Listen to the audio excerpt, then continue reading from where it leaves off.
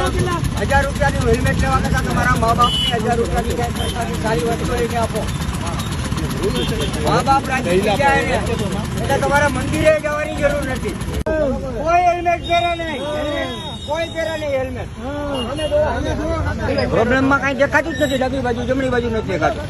અને કદાચ ફટકાય તો હેલ્મેટનું પતું જ મગજમાં કરી જાય છે. હેલ્મેટ બચાવતી નથી મેડમ, તો નથી પોલીસથી એક એના કાયદાકીય કામ કરે, અમે અમારા કાયદાકીય કામ નહીં, દંડ નથી ભરવાના.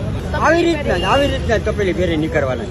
હેલ્મેટ મને ત્રાસદાયક છે તો પોલીસ રોકશે તો ભલે રોકે, દંડના પૈસા નથી મારી પાસે ભાઈ, તો પછી જેલમાં પૂરી દે તો ભલે પૂરી દે.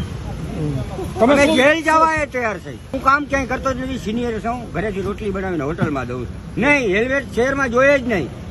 ફૂટી કોળીમાં હેલ્મેટ મફત દે ને પોલીસ વાળા, મફત હેલ્મેટ કોઈ ના પહેરાય જ્યાં સુધી હાલે ત્યાં સુધી. મને પૂરી દે, બહાર નીકળી તો પાછો વિરોધ.